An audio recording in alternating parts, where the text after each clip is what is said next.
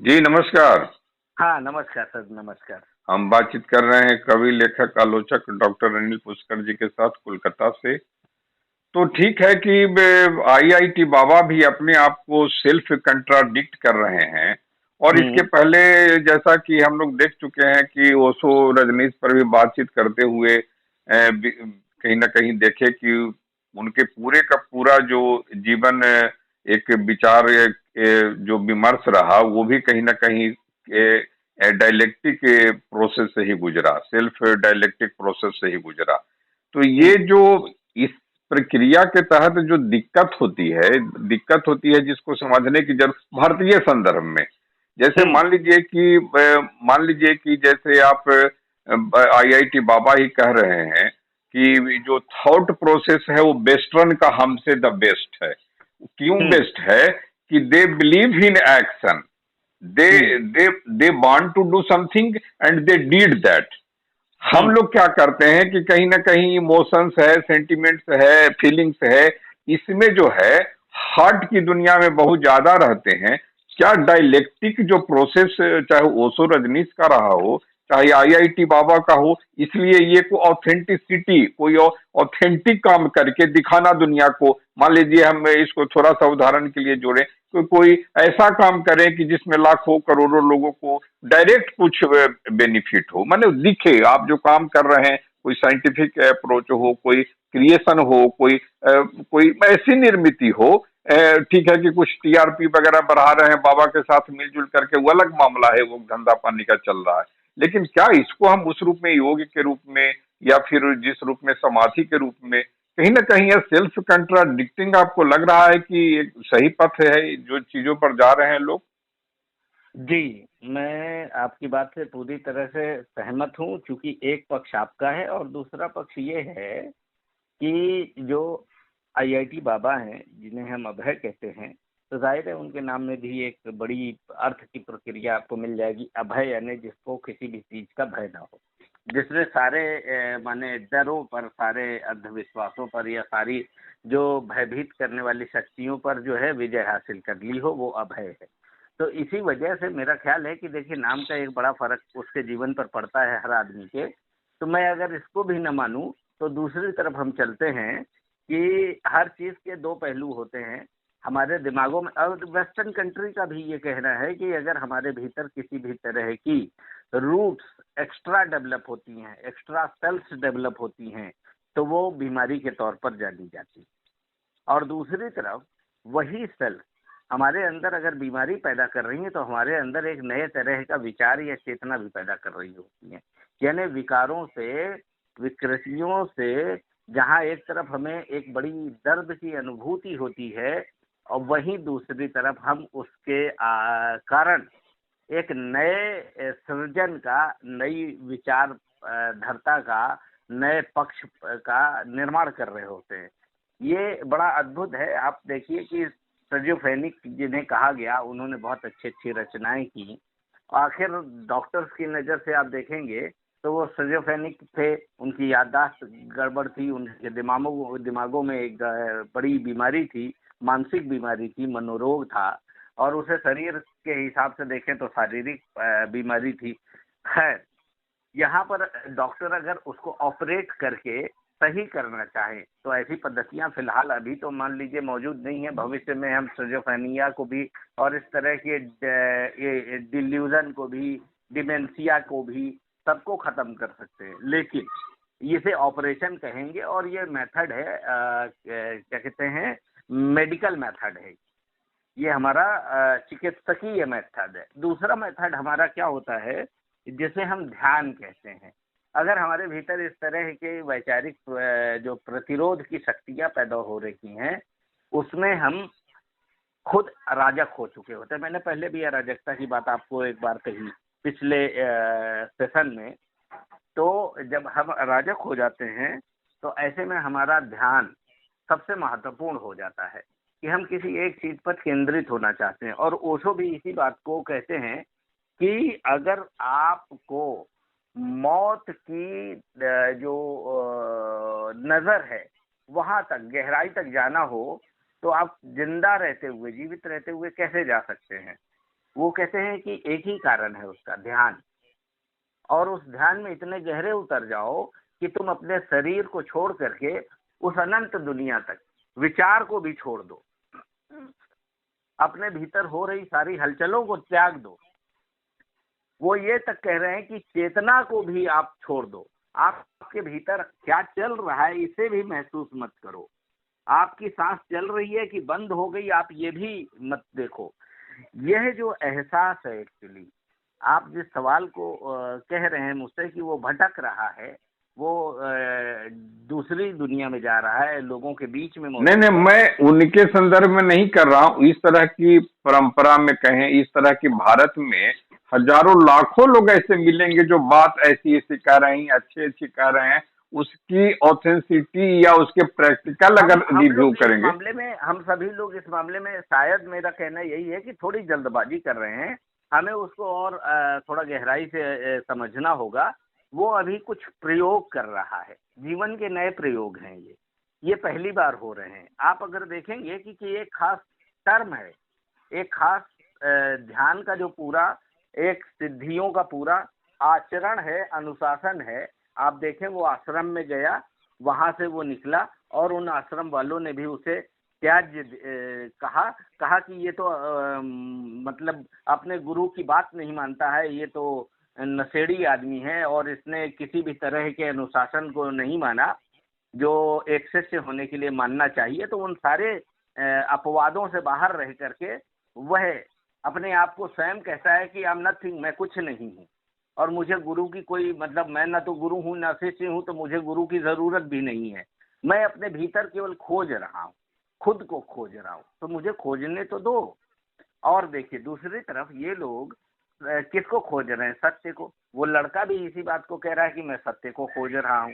वो कह रहा है मुझे सत्य खोजने के लिए गुरु नहीं चाहिए, कोई संस्था नहीं चाहिए, कोई संघ नहीं चाहिए, कोई संगठन नहीं चाहिए, मुझे कोई अनुशासन नहीं चाहिए। इसी को हम, आप समझिए कि अराजकता कहते हैं। और यह अराजकता जो है क्या करती है? सामाजिक अव्यवस्था पैदा करती है। हमारे आपको, हमको आपको इसलिए थोड़ी सी दिक्कत होगी इसको समझने में, या हमारे पूरे समाज को, क्योंकि हम एक अनुशासनबद्ध जीवन जी रहे हैं।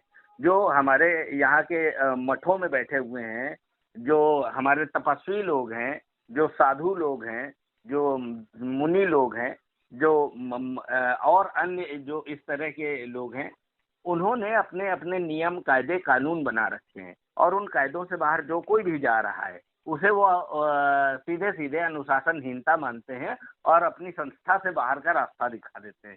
ऐसा आप देखिएगा कि स्कूलों में भी बहुत बार होता आया है।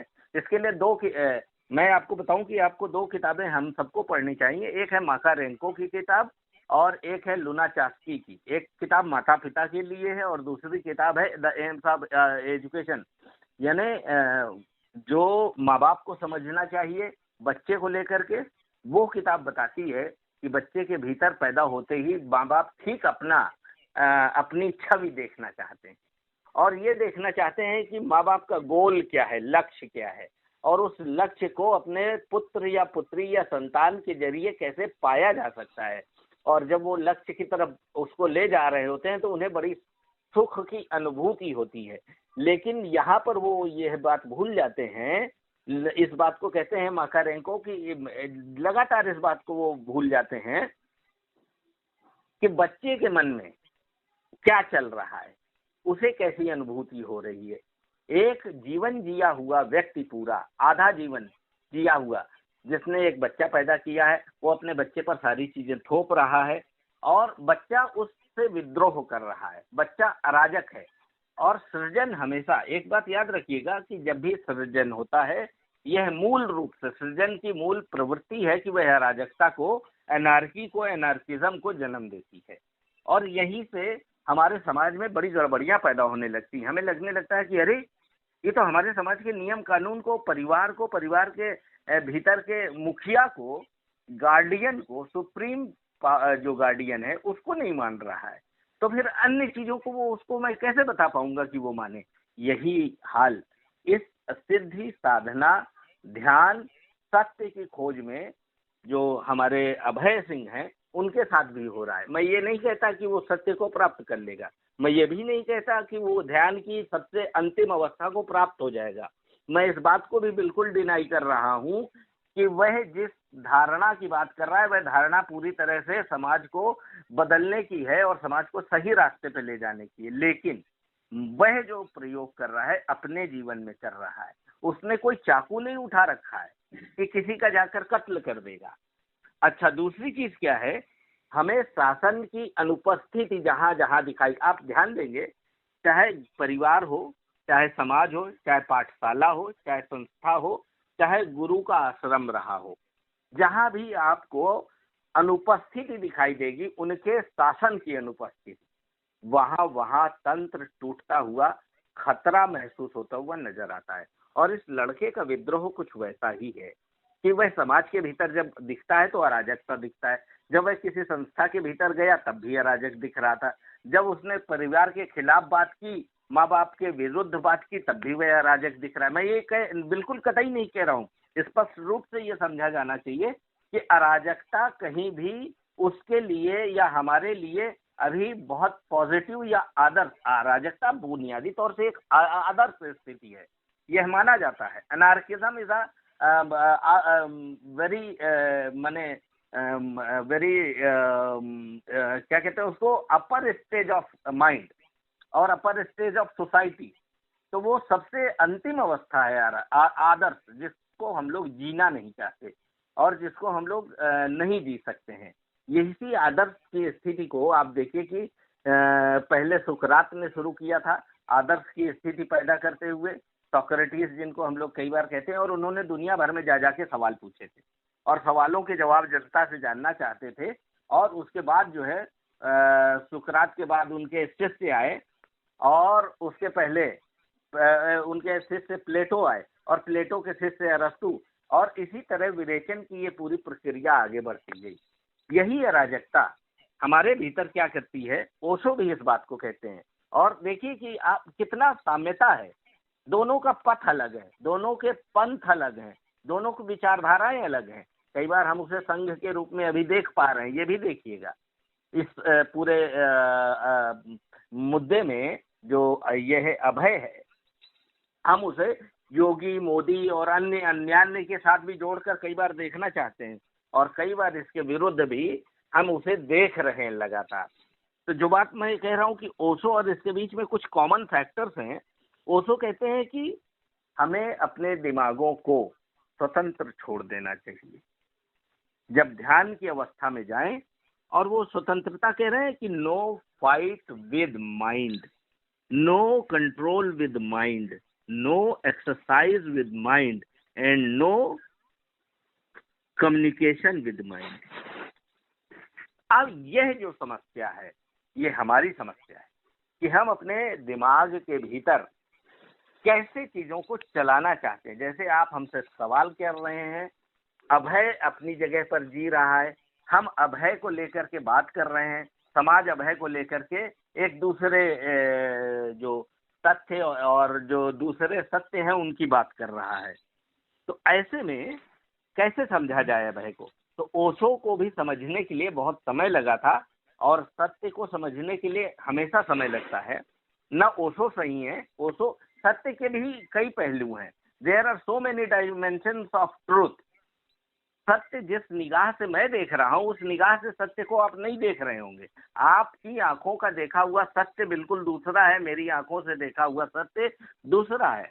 मल्टी डायमेंशनल है, ट्रूथ इज मल्टी डायमेंशनल। इसको अगर समझना है तो हम लोगों के लिए सबसे उत्तम उपाय श्री कृष्ण का श्रीमद् भागवत गीता है, जो उन्होंने एक युद्ध के दौरान, अपने महाभारत में युद्ध के दौरान एक सारथी होने के नाते, यानी निर्देशक होने के नाते, संचालक होने के नाते और उसका क्या कहते हैं साथी होने के नाते, उसका जो पथ प्रदर्शक होने के नाते, ये अर्जुन के लिए उन्होंने कहा कि इस दुनिया में ना कोई भाई है, ना कोई माँ है, ना कोई पुत्र है। युद्ध में किसी भी तरह का कोई रिश्ता नहीं है।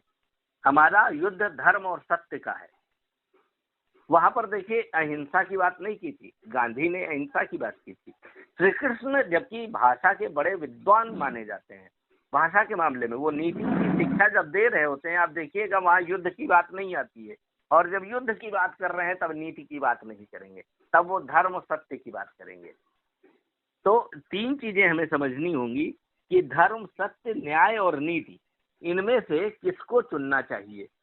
तो अब आप ये बताइए मुझे कि जिस अभय की हम बात कर रहे हैं, क्या वो धर्म की बात कर रहा है, किसी धर्म के रास्ते पर जाने की बात कर रहा है, एक, क्या वह किसी खास सत्य को जानने की कोशिश में लगा हुआ है, जीवन का सत्य, मौत का सत्य, या फिर एक ऐसा सत्य जो हमारे समाज में अभी तक यहाँ भारतवर्ष में ही नहीं पूरी दुनिया में मौजूद नहीं है, जिसे हम लोग क्या कहते हैं, पारलौकिक, मेटाफिजिक्स, मेटाफिजिकल ट्रुथ। तो अब उस सत्य की खोज जो ब्रह्मांड के तारों के साथ जुड़ा हुआ है, उसकी उसकी पराकाष्ठा आप देखिए कितनी बड़ी है, उसकी सोच कितनी बड़ी। मैं ये नहीं कहता कि उसकी सोच हमेशा सही रहेगी। आइंस्टाइन ने भी जब प्रयोग किए थे, गैलीलियो ने जब प्रयोग किए थे, या फिर जब न्यूटन ने प्रयोग किए थे, तब वह हजारों हजार गलत प्रयोग करने के बाद केवल एक सही प्रयोग पर जाकर सफल हुए। तो अभी फिलहाल हम लोगों को ये देखना होगा कि अभय के हजारों हजार गलत प्रयोग उसे किस एक सही अर्थ, किस एक सही मार्ग, किस एक सही ध्यान की अवस्था, या किस एक हायरार्की, या फिर किस एक जो है एनार्की को एस्टैब्लिश करने में मदद कर रहा होगा। अच्छा, दूसरी चीज क्या है, इसके लिए ओशो कहते हैं अगर हमें इसे पाना है कि हम उस सत्य को कैसे पाएं, तो इसके लिए देखिए वह क्या करता है, कहता है चेतना को अगर हमने तीन हिस्सों में बांट लिया, कहता है हम शून्य में और संख्या में और इनफाइनाइट में, तीन में बांट लें, तो हम सत्य तक पहुंचने की कोशिश कर सकते हैं। और वो बार बार इस चीज को दिखाता भी है। इसी को ओशो कहते हैं, इसे हम रिलैक्स अवेयरनेस कहते हैं, विदाउट इंटरफेरेंस। अब आप देखिए कितनी बढ़िया बात है, रिलैक्स अवेयरनेस। अब अवेयरनेस भी हो और रिलैक्स भी हो, और उसके बाद उसमें कोई किसी का इंटरफेरेंस ना हो। मतलब चेतना की उस अवस्था में पहुंचने के लिए हम किसी भी माध्यम का प्रयोग करें, उसमें हमारे बाहर से बलाघात नहीं होना चाहिए, हमारा भीतर का बलाघात और घूर्णन बड़ा जरूरी है। यह हमें फिजिक्स में भी देखने को मिलता है, यह हमें हमारे समाज में भी देखने को मिलता है। इसीलिए हम इस बात को कह पाएंगे कि अभी देखिए वो जजमेंटल नहीं हुआ है। और कहते हैं, ओशो भी इस बात को साफ कह रहे हैं, मैं इन दोनों को एक साथ मिला नहीं रहा हूं, लेकिन इन दोनों के ध्यान में जाने की प्रक्रिया या सत्य को पहचानने की प्रक्रिया कहीं ना कहीं दो रास्तों से होते हुए भी किसी एक विचार को पकड़ करके अलग अलग भाषाओं या अलग अलग माध्यमों से हम तक पहुंचा रही है। उसको कहते हैं विदाउट जजमेंटल। विदाउट जजमेंटल हुए हमें रिलैक्स अवेयरनेस की तरफ जाना होगा। और वो कह रहे हैं कि यह जो अवेयरनेस है उससे हमें तीन चीजें हासिल होंगी, एक रिलैक्सेशन, एक वॉचिंग और नो जजमेंट। यही वो भी कहता है। वो कहता है कि हम पूरी तरह से शून्य में हैं, रिलैक्स। और वो कहता है कि मैं तो केवल देख रहा हूं। उसका अगर आप उसके स्टेटमेंट सुने तो कहता है आई एम नथिंग, मैं कुछ भी नहीं हूं, मैं सिर्फ देख रहा हूं। और तीसरी तरफ वो कोई निर्णय नहीं देता है। आप ये भी देखिए, वो कहता है कि it might be possible, I am not very much sure about that. वो पॉलिटिकल स्टेटमेंट भी दे रहा है इस समय, ऐसा नहीं है कि वो पॉलिटिकल स्टेटमेंट नहीं दे रहा है।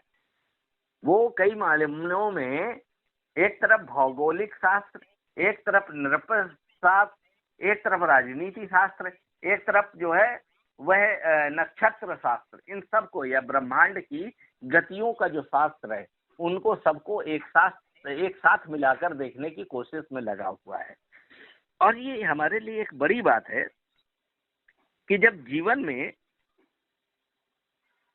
ओशो, आप देखिए एक और चीज कहते हैं, वो कहते हैं कि हमें लक्ष्य को, किसी भी लक्ष्य को पाने के लिए दो तरीके से समझना होगा।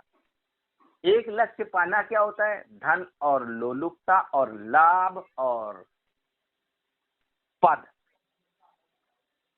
यही वो अभय हैं जिन्होंने आईआईटी की, आईआईटी के बाद नौकरी की, नौकरी के बाद उन्होंने पैसा कमाया और पैसा हिंदुस्तानी रकम भी कमाई और बाहर की रकम भी, दोनों तरह से, और उसके बाद उन्होंने उस अर्थ को छोड़ दिया।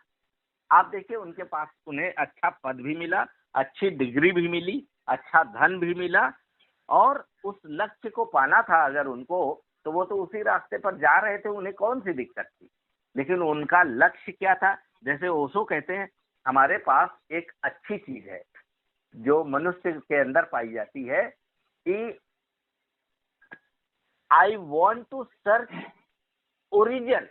मैं अपनी ओरिजिन खोज रहा हूं, मैं अपनी जो अपना जो मूल स्रोत है, मूल जड़ें हैं, उसको खोजना चाहता हूं। अब कोई इसी चीज को कहे अभय के लैंग्वेज में, तो अभय भी यही कहते हैं कि हम तो देखिए न, मेरी यहाँ पर बहन है, जब उनसे पूछा गया कि आपकी बहन का क्या ख्याल है आपके बारे में, या आपका, कह रहे कौन सी बहन, कैसी बहन, हमारा तो ये पूरा संसार ही बहनों से भरा हुआ है, हमारी अब तो बहनें बन रही हैं नई नई। यहीं पर एक सवाल कि अभी पिछले दिनों उनका एक छोटा वो वीडियो वायरल हुआ, उसमें एक आदमी उनको टच कर दिया, ठीक है, तो वो रिएक्ट कर गए। अब वो रिएक्ट कर गए, बोल रहे हैं कि तुम कौन हो में हमारे, तुम हमको छू छू रहे हो, हमको टच कर रहे हो, तुम हमारे कंधे पर हाथ रख रहे हो, क्या तुम हमारे दोस्त हो? अब सोचिए, आप हैं स्पिरिचुअल, एक आध्यात्मिक आदमी, आप रिश्तों में जब व्याख्या करते हैं तो कहते हैं कि हम अपने माँ बाप से बड़ा सोचते हैं, पूरे समाज के बारे में सोचते हैं। इसीलिए मैं कह रहा हूँ, भाई बंधु के बारे में सोचते हैं। आप एक आदमी, स्पिरिचुअलिटी में तो यही सबसे बड़ी उपलब्धि होती है कि सबको समान माने। एक दूसरे आदमी में जो जो स्वार्थ कहते हैं कि अदर इज हेल, तो उस रास्ते तो अब है भी गुजर ही रहे हैं। आप यह देख रहे हैं कि दूसरा आदमी जो है, आप उसको क्यों नहीं मार दिए, वो जो वो छोटी सी लाठी रहती है या जो भी उनको कहें, वो लेकर के जो चल रहे हैं, शायद वो कोई और भी चीज हो, उससे उसको धक्का मारते हैं वो। तो हम ये कह रहे हैं कि self contradicting is a main issue, कि आप किसी गोल पर नहीं पहुंचेंगे। मिक्सिंग थॉट प्रोसेस तो आप खुद के अगर आपके होंगे, तो आप देश को और समाज को कहाँ ले जाएंगे? ये एक मामला है। मैं एक चीज इसमें जोड़ूंगा, और यह चीज आप ओशो में भी देखेंगे कि जो उनके मन के मुताबिक उनके डिस्कोर्स में प्रश्न नहीं पूछते थे, जो प्रतिदिन जो सुबह की सभा लगाते थे, प्रार्थना सभा लगाते थे, या उसमें कुछ प्रश्न भी पूछने की अवधि रहती थी 5-10 मिनट प्रवचन के बाद में, तो उसमें अगर कोई उल्टा मैंने कोई अपने मन का सवाल पढ़ता था, उनको अगर पसंद नहीं है, यहाँ तक कहते थे इसको धक्के मार के बाहर निकालो, ये किसी का भेजा हुआ एजेंट है। आप जब स्पिरिचुअलिटी में आते हैं, यू आर गोइंग, और if you are very closer to the nature, nature as protecting the each and every creatures, तो you should be the same path. आपको अलग रास्ता नहीं देता है ये, हमको इसको भी समझना पड़ेगा जी। मैं इसमें एक ही चीज जोड़ूंगा। सबसे पहले शुरू करते हैं हम रूसो से। रूसो ने एक बड़ी अच्छी महत्वपूर्ण जो क्या कहते हैं उसको, रिसर्च की। वो रिसर्च जिसको हम कहते हैं प्रकृतिवाद या नेचुरलिज्म। नेचुरलिज्म का एक बड़ा हिस्सा क्या है कि जो कुछ भी है वो प्राकृतिक है। अब ये प्राकृतिक क्या है? प्राकृतिक कई चीजों से जुड़ता है। एक, वह जो जीव जगत, वह जो जंतु जगत, वह जो हमारी प्रकृति है, यानी हमारा जो यह बोटेनिकल वर्ल्ड है यह, और दूसरी प्रकृति क्या है? स्वभाव।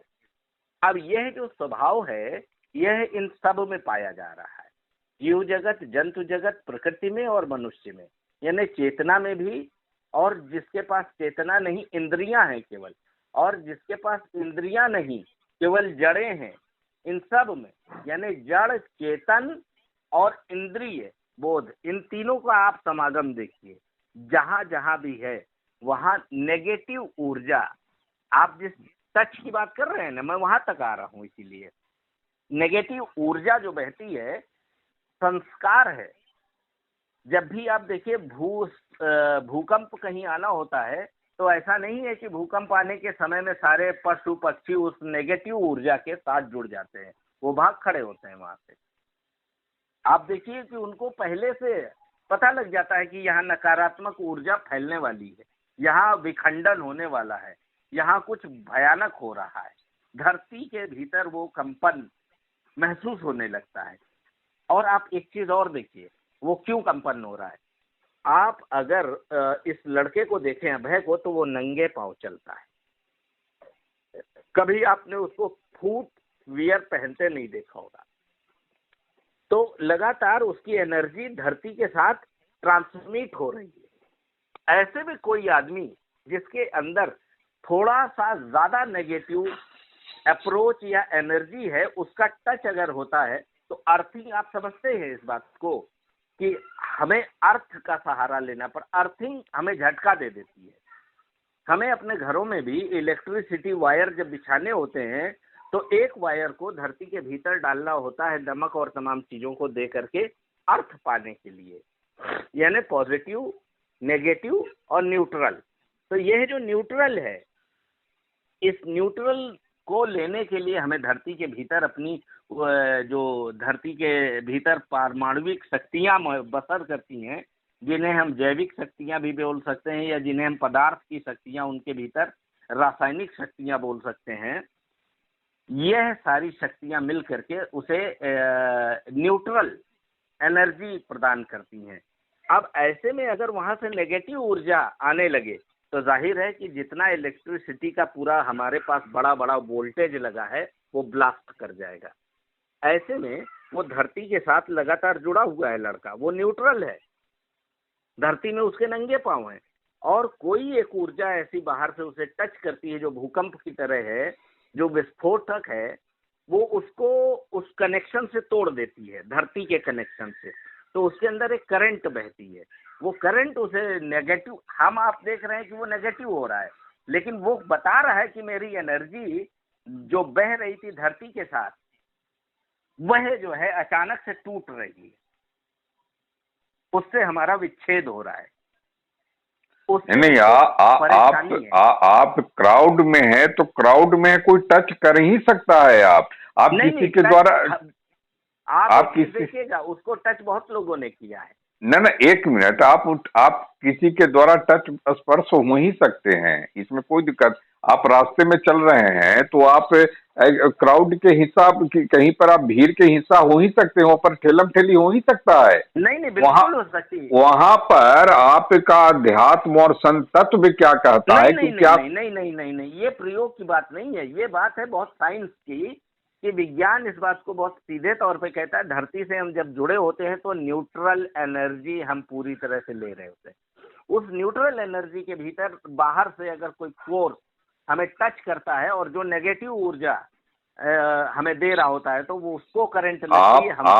आप एक तरफ सत्य की बात कह रहे हैं, दूसरी तरफ आप अपनी ही बात को कंट्राडिक्ट कर रहे हैं। यानी अब है कि हम दिन भर बरबराता रहता हूं और जाने नहीं क्या मैं बोलता हूं, लोग मुझे पागल कहते हैं, हो सकता है मैं पागल हूं, आई एम मैड, इस तरह की बात कर रहे हैं। मैं इसीलिए मेरा सवाल जो शुरू में था कि सेल्फ कंट्राडिक्टिंग प्रोसेस जो है वो आपके अपने थॉट प्रोसेस में कहीं मुश्किल पैदा कर रही है अगर, तो आप किसी निष्कर्ष पर अपने लिए जब पहुंचने में दिक्कत है, जैसे आप एक ही साथ 4 चैनल बना देते हैं, हम इस छोटी छोटी चीज को पकड़ रहे हैं, आप 4 चैनल एक ही साथ सोशल मीडिया बना रहे हैं, तो हम भारत के बारे में तो ऑलरेडी जानते हैं कि बहुत निगेटिव फोर्स है।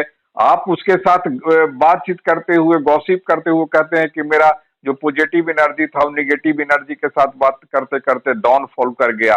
तो सब बात आप कह रहे हैं, उसमें जो भी लोग अट्रैक्ट हुए हैं अभय सिंह के साथ और आईआईटी क्वालिटी के साथ, इसलिए कि उनके इस सत्य से, इन डिग्री से, इन डिग्रियों के बीच में अध्यात्म से कोई भारत जैसे देश के लिए कोई पॉजिटिव वे निकल सकता है या नहीं, वो एक हम लोग के चर्चा का केंद्र का मूल विषय है। हम बड़ी जी। जल्दबाजी में, हम और आप और ना ना, हमारे। हम जल्दबाजी में नहीं है, जल्दबाजी में नहीं है इसलिए कह रहे हैं। अब जैसे टाइम को लेकर आप कह रहे हैं कि जल्दबाजी में है, तो जब जब एक्शन और साइंस में इन चीजों को बहुत महत्व माना जाता है, इसी को लिए अगर एलन मस्क का भी वो जिक्र करते हैं, टाइम को अगर वैल्यू मैनेजमेंट नहीं देंगे तो वो क्या हो जाएगा कि क्या कैस्टिनेशन जिसको कहते हैं कि आज नहीं कल पर टालते जाएं, कल पर टालते जाएं, और उस तरह से वो चीज कभी होती नहीं है और वो आपका समय गुजर गया, ऐसा भी होता है। जी। जी, मैं ये कहना चाहूंगा इस मामले में, जब आप बार बार एक चीज को कह रहे हैं कि सेल्फ कंट्राडिक्टरी, तो इसको सेल्फ इवैल्यूएशन के तौर पे भी देखा जाना चाहिए।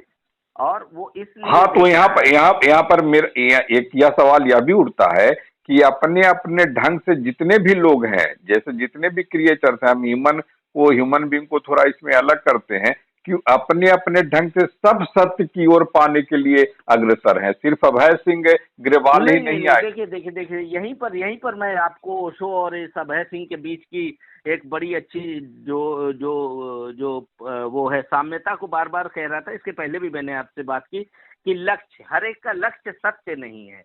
हर एक का लक्ष्य, ओशो ने भी कहा है, लक्ष्य पद और धन है। जीवन में दो तरह के लक्ष्य हैं। दूसरा लक्ष्य ओरिजिन को जानना। तो जो लोग ओरिजिन को जानना चाहते हैं उनके पथ अलग अलग हैं, वरना लक्ष्य जो दूसरा इन लोगों का है वो पद और धन के पीछे भाग रहे हैं, उनके लक्ष्य सत्य नहीं है। एक चीज, अब हमारे पास दूसरा जो ओरिजिन जानने के लोग हैं, जिनका जिनका मानना ही है कि हमें सत्य की खोज करनी, हमें धर्म क्या है उसको जानना है, हमें जीवन क्या है उसको जानना है, तो उनके पास हठ योग है, कर्म योग है, ज्ञान योग है, जिसकी बात ये स्वयं करते हैं। ओशो ने भी की और इन्होंने भी की, अभय ने भी, कि हमने क्रिया योग किया। हमने, अब कह रहे हैं वो खुद ही कि हम अलग अलग जगहों पे जो जा रहे हैं वह ज्ञान के लिए जा रहे हैं और क्रिया योग कर रहे हैं। वहां पर जाकर हम तरह तरह से कैलकुलेट करते हैं वो चीजों को। आप देखिए कि जब भी उनसे एक सवाल पूछा जाता है, कि चाहे जितना कठिन सवाल हो, चाहे जितना वो आध्यात्मिक सवाल हो, चाहे वैज्ञानिक सवाल हो, उनके पास कुछ सूत्र होते हैं एक पेज पर, जिसे वो लकीरों के जरिए, रेखाओं के जरिए उसको क्या करते हैं, एक साथ जोड़ते हैं और उसके बाद उस सूत्र की व्याख्या करते हैं।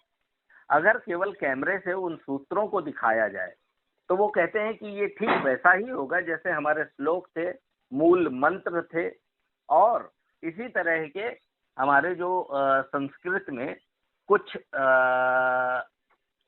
एक दो या तीन अक्षरी जो कहते हैं कि श्लोक, मंत्र और एक प्रार्थना, जिसको हम सरल भाषा में कहें, तो यह जो चीजें हैं इसको वो वैज्ञानिक रूप से दिखाना चाहते हैं कि हमने इसको सूत्रबद्ध कर दिया है और हम इसको आपके सामने लगातार बताने की कोशिश कर रहे हैं। यही सत्य है, वो कभी नहीं कहता कि ठीक यही सत्य है।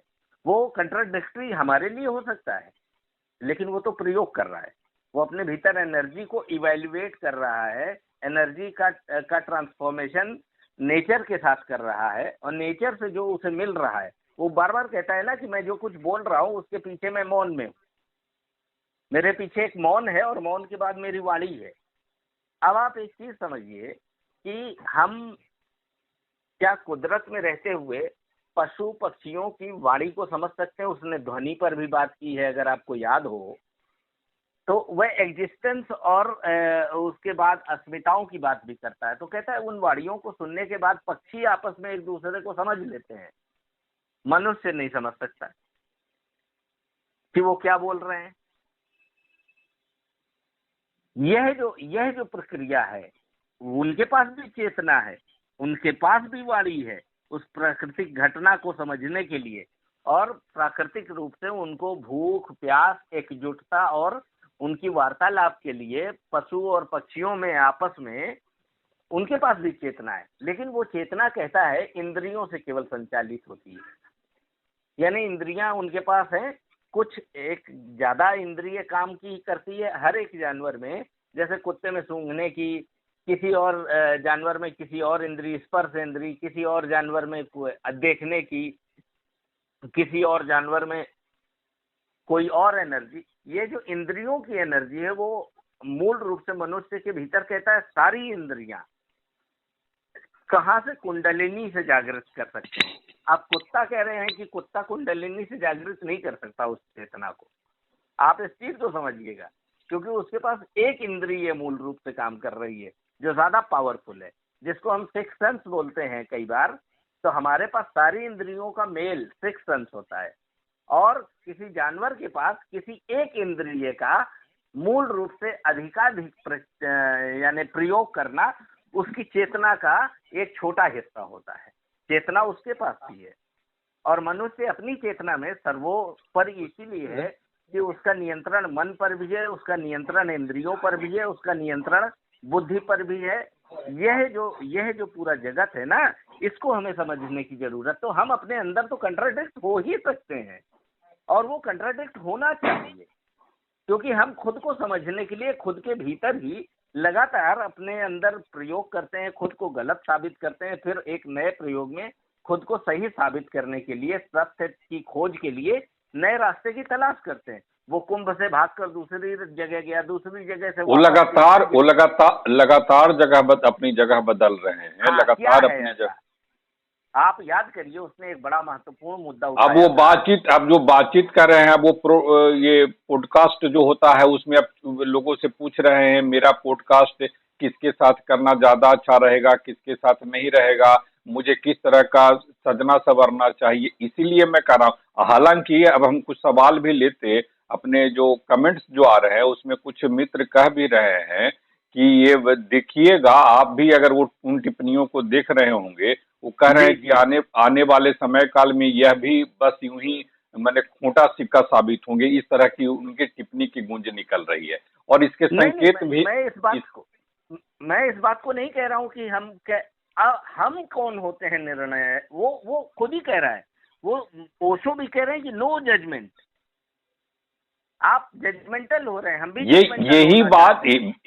यही बात जब हम कहते हैं, यही बात जब हम लोग कहते हैं भारतीय संदर्भ में, भारतीय ट्रेडिशन में, यही बात वेस्टर्न सोसाइटी नहीं कहता है। यही उसका थॉट प्रोसेस ये नहीं कहता है। वो कहता है कि अगर मैं कुछ डाउट क्रिएट करता हूं तो बी मस्ट प्रूव्ड दैट कि ये क्यों है और मैं क्या कर सकता हूं। हम क्या कर सकते हैं में निगेटिव हो जाते हैं, बाकी चीज में सब पॉजिटिव रहते हैं। इसको सब भारतीय संदर्भ में मैं समझना चाह रहा हूँ।